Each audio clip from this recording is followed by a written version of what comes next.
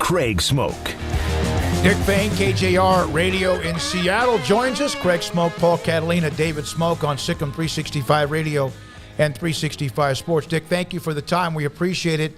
What has been the reaction to Thursday's news with USC and UCLA when it comes to the state of Washington, especially with Washington fans? I would say trepidation and hope are probably words that normally aren't used in the same sentence, but I think those are the two words, because I think originally they obviously see that the house that they've been living in for 100 years crumbling around them, and yet they see the hope to, hey, wait a second, there's a lot nicer, bigger house right over here. We just have to ask if we can come in and shack over here. And so if they're led into that other house, I think it's going to be very profitable and very beneficial for Husky. Why do you think that USC and UCLA didn't loop them in the first place? Given, look, it's a great academic institution. It's in Seattle. It's, everything's pretty good there, even when it's bad. I mean, so why not get looped in the first place?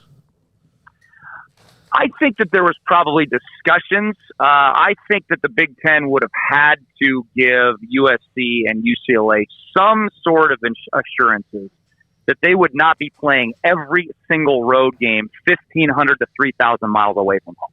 I just don't see how that's feasible.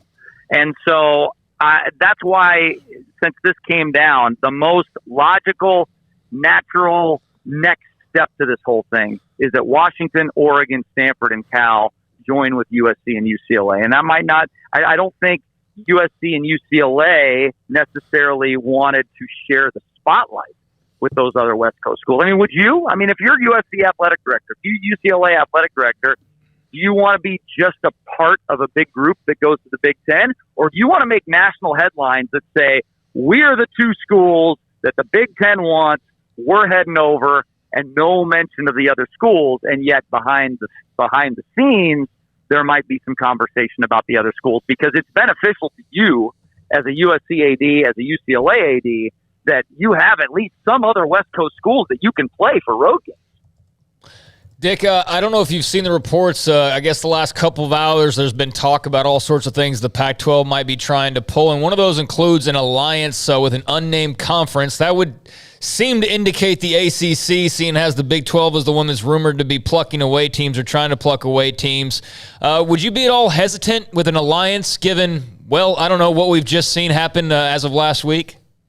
Yeah, as a Washington fan, I want no part of an alliance. If the rest of the Pac-12, if the rest of the Pac-12 wants to partner up with the ACC, go for it. But I want to leave. I want to leave. I want to go to the Big Ten. I want to be a part of one of the two superpowers in college football. The writing's on the wall, right? I mean, 5-10 years from now, there's probably only going to be two conferences anyway. There's going to be the Fox Conference and the ESPN Conference. So you got to pick which one you're going to be in.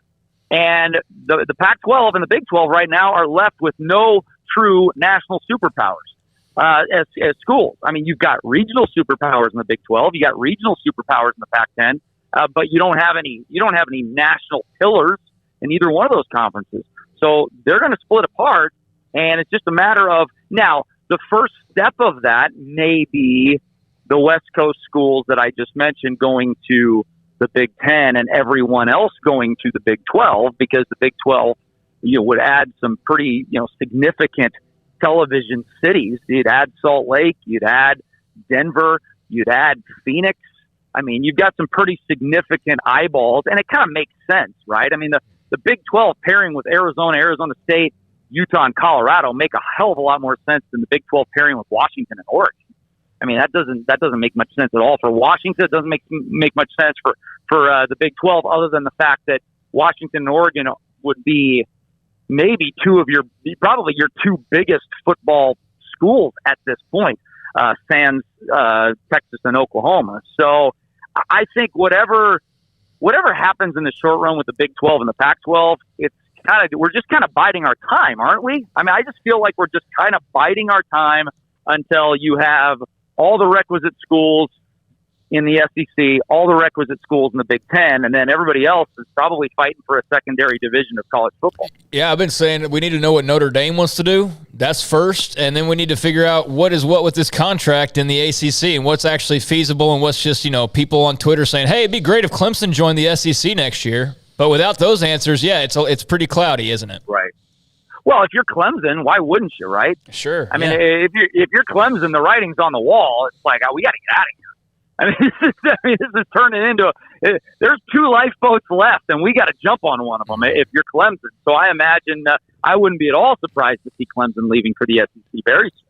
How many teams, Dick, that none of us know, but how many teams do you think will end up being a part of these 2 mega conferences that compete for their own national championship? Will it be 32? Will it be 48? Well, how many will it be?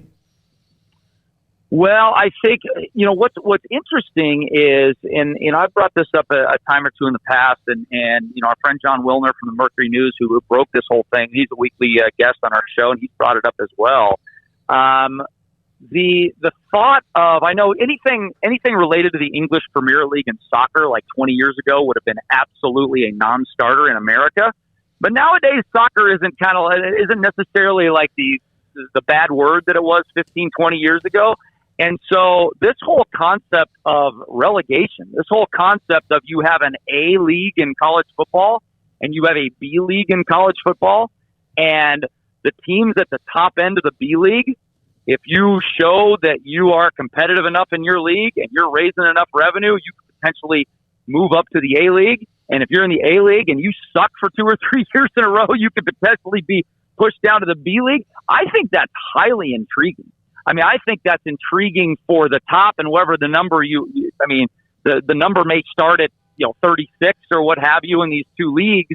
And if you're competitive enough, it gives teams ranked 37 to 45 some hope, right? Something to play for. And then at the same time, it motivates those teams. Look at Maryland, look at Rutgers. Do they really belong in the Big Ten more than a school like Baylor belongs in the Big Ten? I mean, should they be recognized more than one of your schools down in Texas? Absolutely not. I mean, Texas Tech's a better school than freaking Maryland and Rutgers. So is Baylor. So if you have a situation where you can lose your spot by not producing, and you can also gain a spot if you do produce in the secondary league, I think that's highly intriguing. Dick, do you find it strange that this college football is kind of the only sport that does not care what its fans really want? I mean, this really just started with, could we have more teams in the playoff? And it was morphed into, well, why don't we do this instead? Yeah, you're exactly right. I mean, if fans got their way, if a majority, now every fan's different, but if I think if a majority of fans got their way, you wouldn't be able to transfer every single year.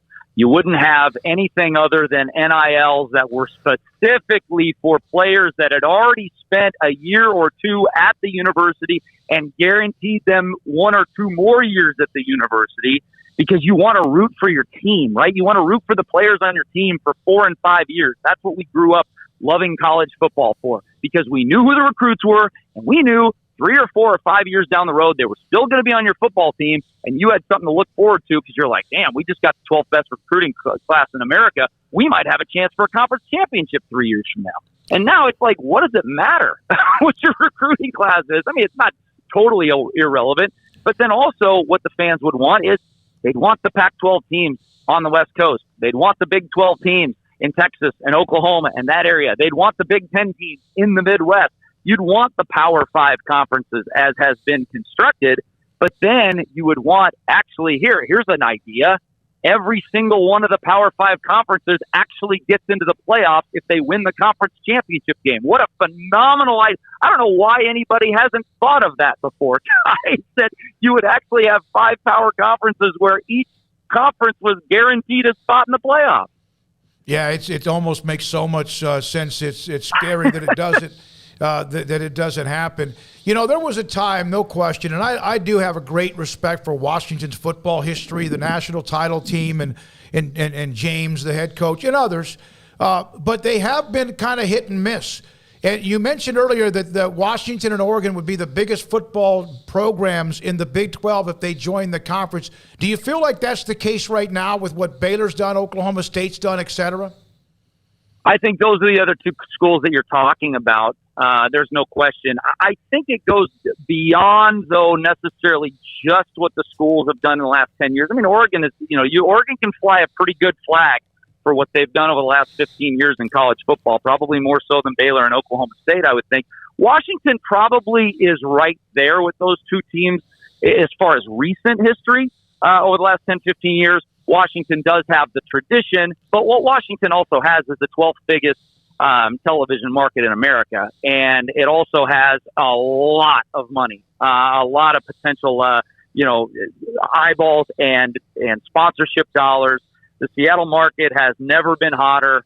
It's continued to get hot ever since the start of Microsoft, and it just continued with Starbucks and Costco and Amazon and just on and on and on and on and on.